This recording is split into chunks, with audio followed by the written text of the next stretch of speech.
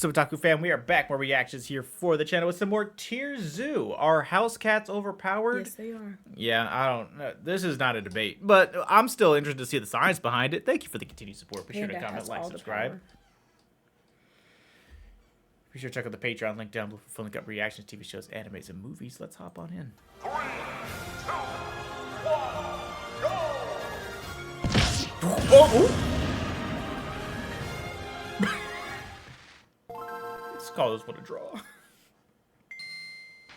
This game's tier list can seem pretty set in stone sometimes, but in reality, major shifts in the meta can happen extremely quickly, especially when new resource hotspots and points of interest open up. Builds which are well adapted to capitalize on these flashpoints can see dramatic ascensions on the tier list. One such event occurred when humans unlocked the food storage ability. This greatly improved the humans' survivability by giving them a consistent source of XP even during harsh winters or famines. That is, if they could defend their stockpiles. These stashes were incredibly valuable, and could easily support entire colonies of rats and sparrows if improperly guarded. And while these Neolithic humans did have some techniques they could use to try and Fun fact, Neolithic people stored grain in clay pots, baskets, and pits dug deep in the ground. Ooh, knowledge! Very good, child.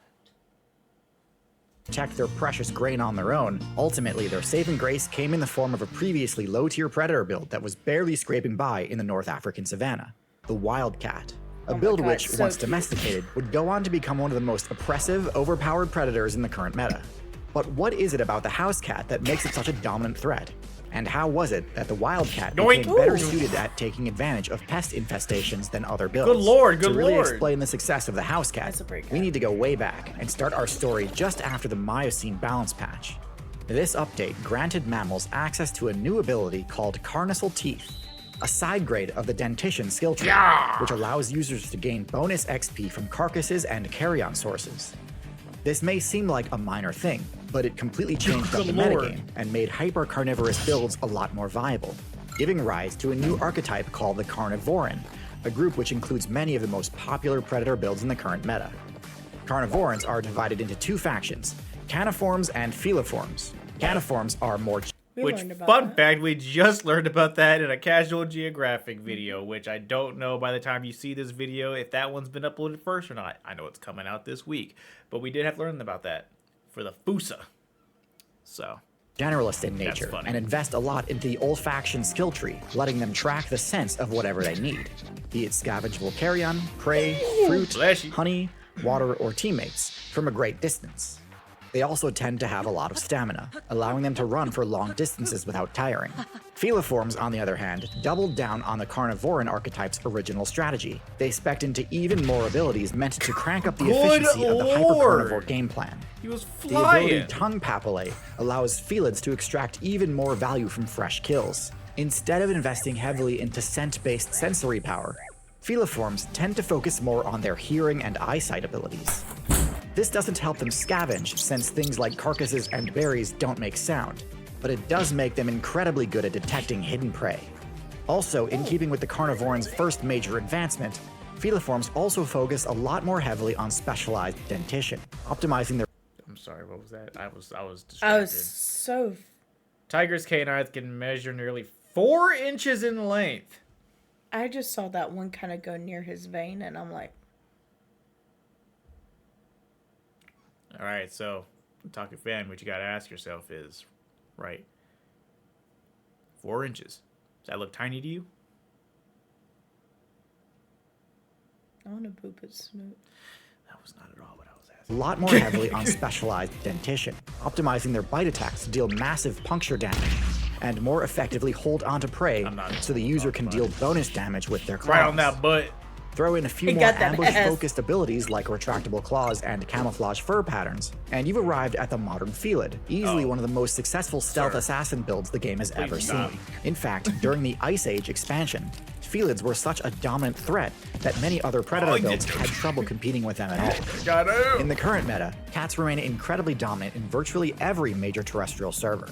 Basically every cat, including the ones I like to throw shade at, is a threat. All Not just to cats those are of similar threats. weight class, but even to builds that vastly outweigh them. Oh. Although their power stat tends to be fairly modest among carnivorans, through efficient use of critical hits, a skilled Feline player can take down just about anything. Oh, no. While the majority of the Feline player base was off rampaging through the upper weight classes. Damn. How would you feel if you saw that happening? If you would- saw a big old wildcat just wrangling a gator out of the water. It's flailing for its life. It's I screaming would for help. hope that I'm at a safe distance so that I can record it because nobody's gonna believe it. They may be like, "Oh yeah, no, that's nice. I could, yeah." Be like, "No, you don't understand how cool that is. It's got it by the fucking head. Those are scales. That's not like, yeah, keep on. Pop off." An offshoot of the faction opted to forego larger size and instead chose to spec into a few new abilities, meant to Like agility. capitalize on exploiting the weaknesses commonly found in the lower weight classes. So let's finally start unpacking what makes the house cat so overpowered. We'll begin with a quick look at the cat's stats. We've got a build with upper mid-level intelligence, low defensive stats, decent damage, above average stealth, high mobility, and excellent perception. Right off the bat, something that might jump out at you is, well, the fact that nothing jumps out at you. Cats are supposedly some of the most broken predators of all time, and yet none of their stats seems all that busted on their own. Top tier builds tend to have at least one stat that is so high it completely invalidates the strategies of other players. Poor baby. No, cats that aren't wasn't a able to baby, use that was a tools, llama. they don't have a bone-crushing or venomous bite, they can't change colors, they can't tank attacks for days, they can't echolocate, and so on. So no obvious answer here.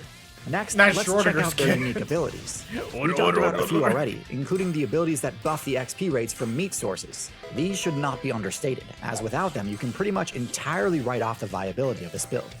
Cats, and all other mammals, have the warm-blooded trait. This grants them greatly improved stamina regen rates, greater resistance to cold damage, and a bunch of other useful perks, but at the cost of much greater upkeep requirements, meaning they need to secure kills much more frequently than similarly sized cold-blooded builds. Without these abilities granting the cat bonus Gotcha. XP from meat, it would be very difficult for them to keep up with their energy needs, even with how efficient cats are at hunting. Cats can also move extremely quietly due to their soft toe pads and retractable claws, enabling them to easily get within striking range of prey through smart use of cover and line of sight. But okay, all types of cat, Damn. large and small, have those abilities. How about something more unique to house cats?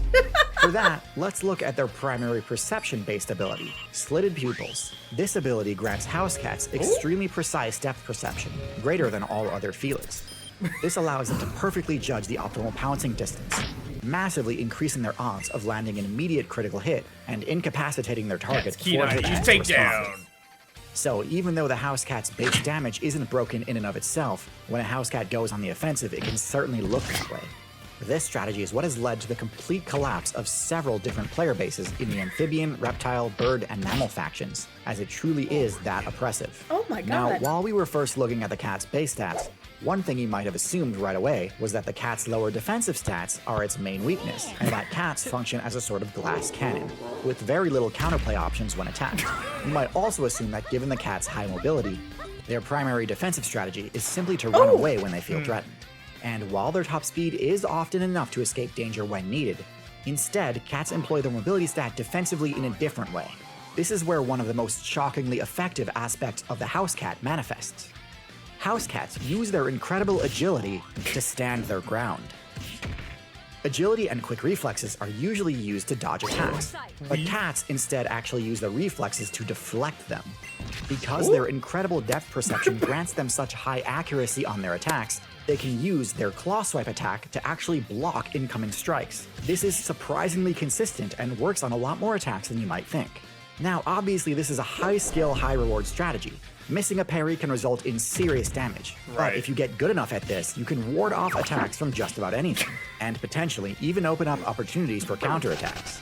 Put all this together, and you come to understand what a house cat build truly is. A house cat is what you get when you fuse the deadliness of a snake Oh with the lord, energy of oh a mammal. lord. But why does this playstyle make for such a good partnership with human players? Compared to dogs, they seem like they'd be much less useful party members. Humans broke the game and became the top-tier build by using coordinated team strategies and tool use in order to utterly trivialize their matchup versus large mammals.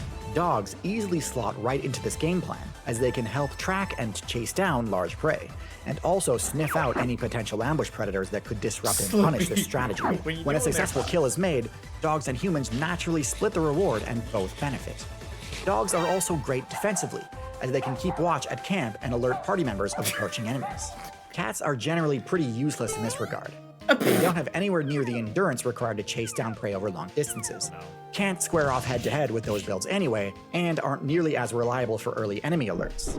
The kills a cat makes can't realistically be shared with humans either. It wasn't until humanity unlocked the agriculture ability that the player base began to notice additional vulnerabilities they didn't need to care about before, vulnerabilities that dogs couldn't really help with. When operating off of a hunter-gatherer strategy, humans could basically ignore all builds in the low weight class.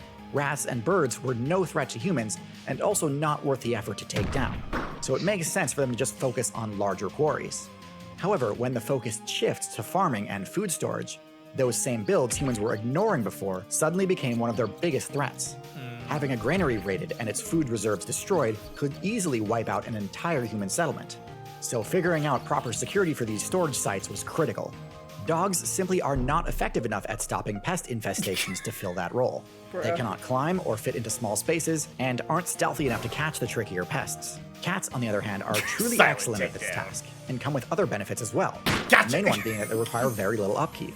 Although they are social builds, they hunt alone, so they don't require any direction or attention from their human party members in order to accomplish their task.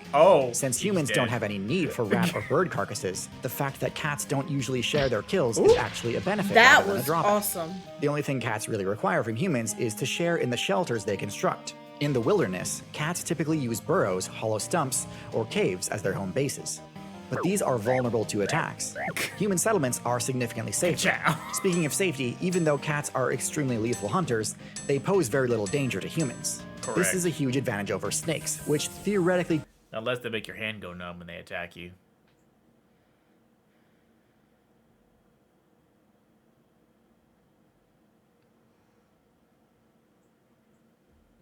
It's embarrassing when they make you have to have animal control come check up on your cat.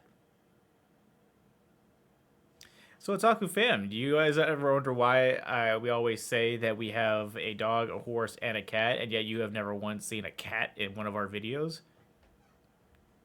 Want to take a guess why? Go ahead. Pause the video. Put your guess in the comments down below. You back? Did you guess why? Cat doesn't like me. She likes you enough. Cat doesn't like me. She tolerates you. That is not what you want to hear for a pet that you live with 24/7. She got attacked for defending one of our friends. Yeah. Who wasn't doing anything, by the way. He was just walking. Yeah. In her presence. Yeah. And that was enough to make her mad. So I had to pick her up. And she retaliated. We were fine until we passed the basement door. Something about the basement door is where she popped off. Well, that's just where the ghosts are. Could ally with humans to serve the same purpose, but in practice are far too dangerous to risk keeping around. Dumbass, the fact that what cats did you are expect? warm-blooded and therefore need to eat more frequently than snakes is also a benefit rather than a drawback for humans, since it means they need to stay on task and keep their guard up. So, while it is common to see players debate which build makes for the better addition to a human player's party, the correct answer is actually both. Dogs are a huge help in the large creature matchup, while cats cover your weaknesses in the small creature matchups. Having both in your party covers all of your weaknesses, and enables human settlements to use a hybrid playstyle of both hunting and farming. So if you're a human main trying to construct the most optimal party comp, the only real question is how you'll keep the dog and cat players from fighting each other. Now, knowing which traits and abilities to invest in can be a difficult choice. Luckily for you, I've partnered with the game Cell to Singularity to provide you the perfect training simulation. Cell to Singularity is a scientifically accurate, non-fiction idle clicker game where you begin as a single cell and have to unlock traits to evolve your biology, increase your intellect, and invent new technology in order to conquer the universe and reach the ultimate singularity point.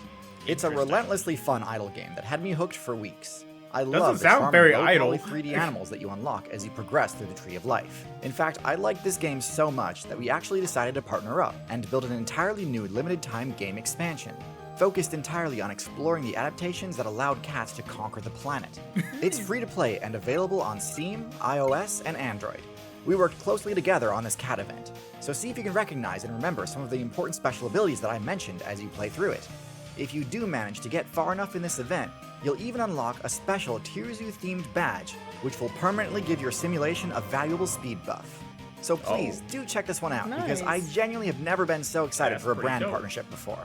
This one really is special to me, and I guarantee you'll have fun playing Zelda Singularity. Not the scrape. Again, it is completely free to play, so click or tap on the link in the description or scan the QR code on screen now. That's Thanks cool. again for watching, and as always, good luck out there. That's cool. This is obviously a super old video, so I'm assuming that that does not still work anymore. Like, I don't think you can still do that, but I mean, that's cool that that happened for Yeah. him. That's awesome. Cats are OP. I agree that the best build is to have both. Unfortunately, our little puppy right here, every cat that she meets doesn't like her. It's okay. One day when we get a Salem, I'm gonna make them love They you. won't like her either. Listen, I'm gonna make them like you. Just 3 for 3. Riri was Actually, okay 4 with for her. yeah. We'll say 4 for 4. Yeah, because Riri was okay with her. But is she still okay with her? I don't know. Exactly. You wanna That go see part. Riri? Thank you guys for the continued support. We will see you for the next video. Bye. Bye.